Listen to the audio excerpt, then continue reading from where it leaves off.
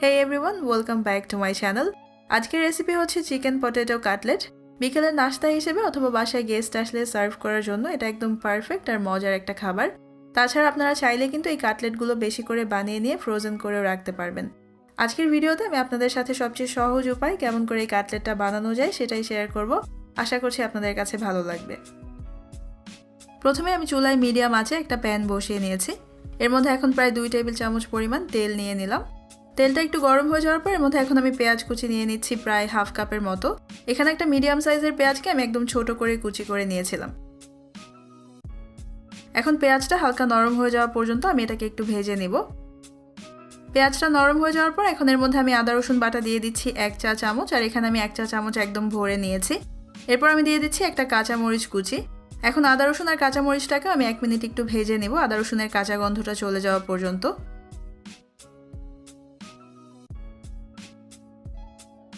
আদা রসুনটাকে ভেজে নিয়েছি, আর এখন এর মধ্যে আমি মুরগির মাংসের কিমা দিয়ে দিচ্ছি প্রায় 250 গ্রামের মতো। মুরগির দুটো ব্রেস্ট পিস নিয়ে সেখান থেকে হাড় ফেলে দিয়ে মাংসটা আমি কিমা করে নিয়েছি। কিমাটাকে এখন পেঁয়াজের সাথে নেড়ে ছেড়ে আমি 2-1 মিনিট একটু ভেজে নেব। আর তেলে দেওয়ার সাথে সাথেই কিন্তু কিমাটাকে নাড়তে হবে এবং নাড়ানি দিয়ে এগুলোকে একটু আলাদা আলাদা করে দিতে হবে, তা না হলে কিন্তু এগুলো একসাথে দলা পেকে যাবে। কিমাটাকে হালকা ভেজে নেওয়ার পর এখন এর মধ্যে আমি একে একে দিয়ে দিচ্ছি স্বাদ মতো লবণ আর গোলমরিচের গুঁড়া, আর দুটোই আমি এখানে হাফ চা চামচ করে নিয়েছি। এরপর দিয়ে দিচ্ছি হাফ চা চামচ লাল মরিচের গুঁড়া, হাফ চা চামচ জিরার গুঁড়া, 1/4 চা চামচ হলুদের গুঁড়া, আর হাফ চা চামচ দিচ্ছি গরম মশলার গুঁড়া। এখন এই সবগুলো মশলার সাথে আমি কিমাটাকে আরেকবার ভালোভাবে নেড়ে একটু মিশিয়ে নিচ্ছি।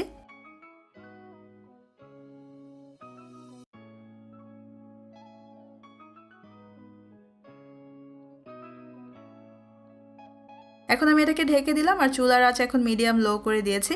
মিডিয়াম লো আছে এটাকে এখন আমি 10 মিনিটের জন্য ঢেকে রাখবো, আর মাঝে এটাকে একবার নেড়ে দিব।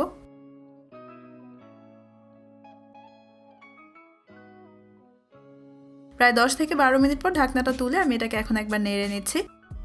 আর এই মাংসটা এখন ভালোভাবেই সিদ্ধ হয়ে গেছে। চুলা বন্ধ করে দিয়ে মাংসটাকে এখন আমি কিছুটা ঠান্ডা করে নিব।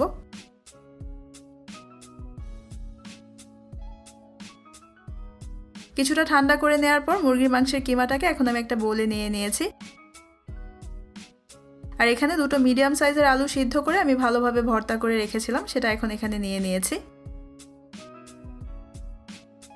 আর আমি নিয়ে নিচ্ছি দুটো কাঁচা মরিচ কুচি, 2 টেবিল চামচ ধনে পাতা কুচি, আর সামান্য লবণ নিয়ে নিচ্ছি এটা আলুর জন্যে। এখন এই সব কিছুকে একসাথে আমি খুব ভালোভাবে মেখে নেব।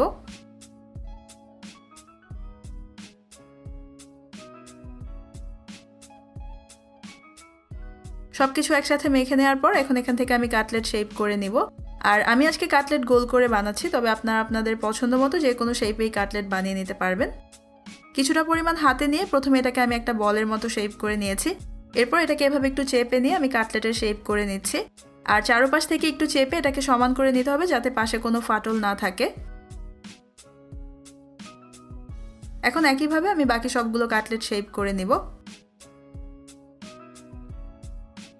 সবগুলো কাটলেট শেপ করে নেওয়ার পর এখানে একটা বাটিতে আমি হাফ কাপ ব্রেড ক্রাম্বস নিয়েছি, আরেকটা বাটিতে আমি এখন একটা ডিম ভেঙে নিচ্ছি। খুব সামান্য একটু লবণ দিয়ে দিলাম এখানে। এখন ডিমটাকে ফেটে নিচ্ছি।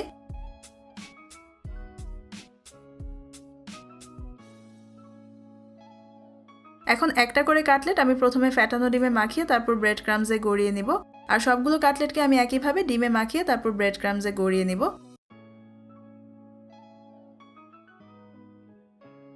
কাটলেট যদি আপনারা ফ্রোজেন করতে চান সেক্ষেত্রে সবগুলো কাটলেট ব্রেড ক্রাম্বসে গড়িয়ে নেওয়ার পর এগুলোকে একটা প্লেটে নিয়ে ডিপ ফ্রিজে রেখে দিবেন আধা ঘন্টা থেকে 1 ঘন্টার জন্য।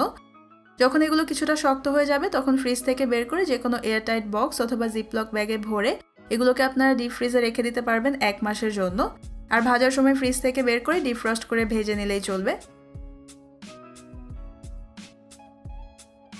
কাটলেট ভাজার জন্য চুলায় এখন একটা ফ্রাই প্যান বসিয়ে এর মধ্যে আমি যথেষ্ট পরিমাণ তেল নিয়ে নিয়েছি। এগুলোকে আমি ডুবো তেলে ভাজবো না, কাটলেটগুলোর একটা পাশ তেলে ডুবে থাকে এভাবে আমি তেলটা নিয়েছি। হাই হিটে তেলটাকে ভালোভাবে গরম করে নেওয়ার পর চুলার আঁচ কমিয়ে এখন আমি মিডিয়াম করে নিয়েছি। এখন গরম তেলে কাটলেটগুলো আমি একটা একটা করে ছেড়ে দিচ্ছি। মিডিয়াম আঁচে রেখে এগুলোকে এখন উল্টে পাল্টে আমি গোল্ডেন ব্রাউন করে ভেজে নেব। আর এগুলোকে কম আঁচে রেখে বেশি সময় থেকে ভাজতে হবে না, কারণ ভেতরের মাংস এবং আলু ভালোভাবে সিদ্ধ করাই আছে। একটা পাশ যখন হালকা ভাজা হয়ে গেছে তখন এগুলোকে আমি উল্টে নিয়েছি। আর এভাবে আরও 2 একবার উল্টে পাল্টে এগুলোকে আমি ভেজে নেব।